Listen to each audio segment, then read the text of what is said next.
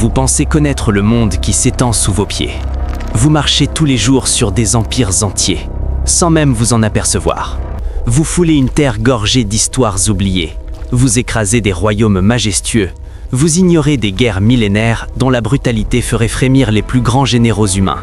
Mais si vous pouviez regarder de plus près, si vous pouviez zoomer à travers les grains de sable brûlants et les racines entremêlées, vous verriez que l'histoire de la survie, de la gloire et de la trahison n'appartient pas qu'à l'humanité.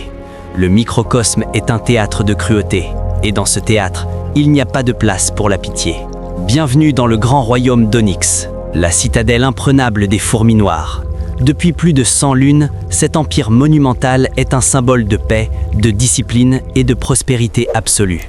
Bâti grain par grain, sculpté dans la roche et cimenté par la résine ambrée des vieux pins, la colonie a prospéré sous le règne du roi noir, un monarque sage, respecté, mais vieillissant.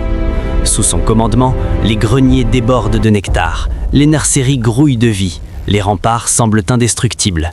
Mais la paix n'est toujours qu'une illusion. Une simple respiration, une pause fragile entre deux massacres. Et cette nuit, l'illusion va voler en éclats.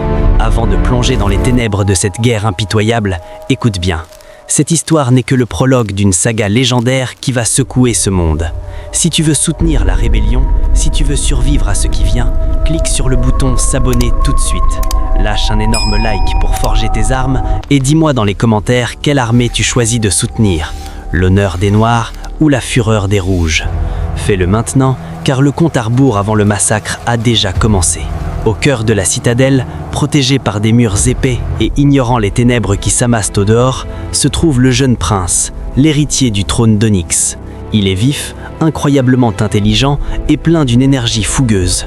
Mais il a encore le cœur pur, trop pur pour ce monde. Son père, le roi, le regarde s'entraîner. Il l'observe avec une immense fierté, mais cette fierté est rongée par une profonde, une sourde inquiétude. Le vieux monarque sait que la couronne n'est pas un bijou, c'est un fardeau de sang et de responsabilité. Il tente, jour après jour, d'enseigner à son fils que la plus grande arme d'un véritable chef n'est pas le tranchant de sa lance, ni la dureté de son exosquelette, mais sa capacité à unir son peuple face à l'adversité. Mais dans l'obscurité, tous ne partagent pas cette vision pacifique. Dans l'obscurité glaciale des couloirs de sève durcie, le général de l'armée noire observe en silence. Un colosse, un vétéran balafré, sculpté par la guerre. Il a mené 1000 batailles aux frontières du territoire. Il a versé son sang noir pour ériger ce royaume. Pour lui, les discours de paix du roi sont une insulte, une faiblesse mortelle. Il regarde le roi vieillir, s'adoucir, et il regarde le jeune prince, n'y voyant qu'un enfant naïf, incapable de diriger des guerriers aguerris. Le général a soif de conquête, il a soif de sang, il a soif de pouvoir absolu. Et cette soif insatiable a fini par corrompre son âme. Elle l'a poussé à commettre l'acte le plus impardonnable de l'histoire de la colonie. Le vent se lève à l'extérieur, un vent chaud, sec, chargé d'une odeur métallique. La lune de sang s'est levée sur le grand désert, et sous cette lumière écarlate, la terre commence à trembler. À quelques kilomètres des murs d'Onyx, les grains de sable vibrent, un bourdonnement sourd, rythmique, terrifiant. Une marée rouge vif s'avance implacablement. C'est l'Empire Rouge, la faction la plus brutale, la plus fanatique et la plus sanguinaire de ce continent miniature. Des dizaines de milliers de soldats en armure hérissée de pointe. Leurs mandibules claquent dans un rythme hypnotique. Ils ne viennent pas pour négocier un traité. Ils ne viennent pas pour piller et repartir. Ils viennent pour éradiquer chaque étincelle de vie. Et le pire, la vérité la plus effroyable de cette nuit, c'est qu'ils n'attaquent pas par hasard. Ils ont été invités. À l'intérieur des murs silencieux d'Onyx, le général avance. Ses pas sont étouffés, précis, mortels. Ses propres soldats, les gardes élites qui lui faisaient une confiance aveugle, tombent sous ses coups avant même de pouvoir pousser un cri. Des lames empoisonnées glissent dans la nuit. La trahison a un goût d'aspre, mais l'ambition du général étouffe les derniers cris de sa conscience. Lentement, implacablement, il franchit les derniers niveaux de sécurité. Il s'approche du grand mécanisme central. Les immenses portes de bois et de résine de la forteresse, ces portes scellées qui n'avaient pas été ouvertes en temps de guerre depuis des générations, commencent à grigner lourdement dans la nuit. Le barrage a cédé. Les portes sont béantes. Et le torrent rouge s'abat sur la colonie endormie avec la violence d'un cataclysme. C'est un massacre absolu. Les soldats noirs, réveillés en sursaut dans l'obscurité, n'ont même pas le temps de saisir leurs lances. Les lignes de défense sont pulvérisées en quelques secondes. Les lames rouges transpercent les carapaces. L'acide brûle les murs de sève, propageant des incendies verdâtres dans les galeries inférieures. L'air, autrefois pur, est soudain saturé de phéromones de terreur pure. Les cris d'agonie se mêlent au fracas étourdissant des armures brisées. Le grand, le magnifique royaume d'Onyx est en train de se noyer dans son propre sang. La trahison vient de détruire la colonie de l'intérieur. C'est la fin du monde pour les fourmis noires. L'armée rouge ne laissera aucun survivant dans ces couloirs inflammés. Pour donner de la force au jeune prince qui va devoir traverser l'enfer, vérifie immédiatement que tu es bien abonné à la chaîne. Clique sur cette cloche pour activer toutes les notifications, car la partie 2 sera encore plus sombre et plus brutale. Abonne-toi maintenant, c'est ta seule façon de survivre à l'apocalypse qui se déroule sous tes yeux. Dans la grande salle du trône royal, l'écho de la mort résonne d'enfin. Le vieux roi se lève, les explosions secouent le sol sous ses pattes. Il comprend immédiatement l'ampleur du désastre. Son esprit stratégique analyse la situation en une fraction de seconde. Le Castel est perdu. Son empire s'effondre poignardé dans le dos par celui qu'il appelait son frère d'armes. Mais au milieu du désespoir absolu, il lui reste une dernière mission sacrée. Sauver l'avenir.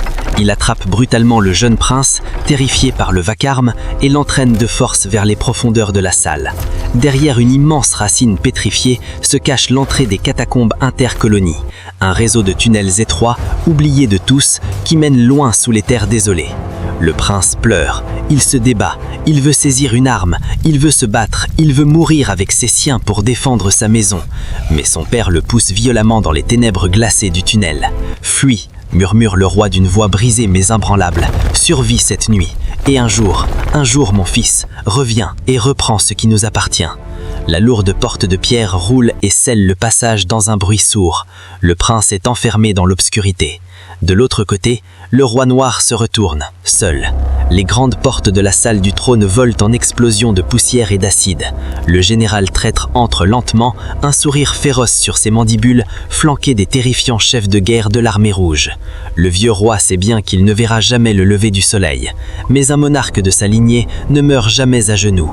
Il redresse sa posture, il lève sa lourde et antique épée incrustée de cristaux de quartz, une dernière fois, pour l'honneur de ses ancêtres, pour les milliers d'innocents qu'il n'a pas pu sauver et pour son fils qui court dans l'obscurité. Le silence retombe lourdement sur la salle du trône.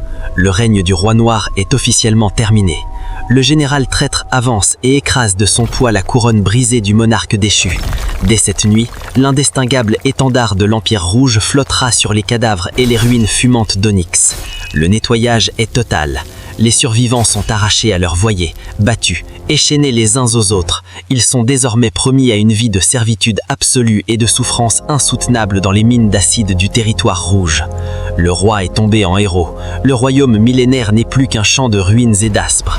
Si cette injustice insoutenable te donne envie de voir la vengeance impitoyable du prince, montre-le-moi maintenant en détruisant le bouton like. Partage cette vidéo à tes amis pour que notre armée noire grandisse dans l'ombre.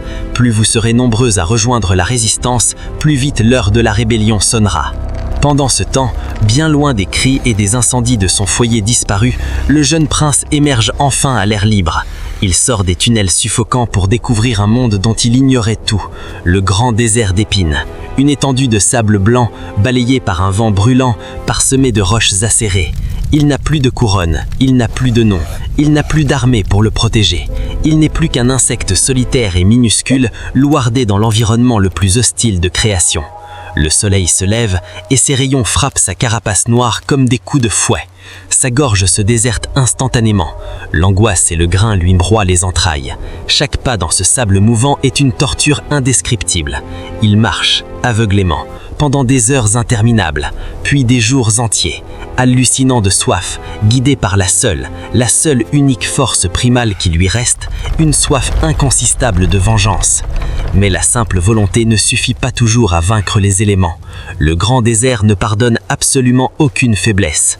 Au crépuscule du 3e jour, épuisé, les membres tremblants, les yeux voilés par la poussière et l'extrême fatigue, le jeune prince vacille. Ses jambes cèdent sous son poids.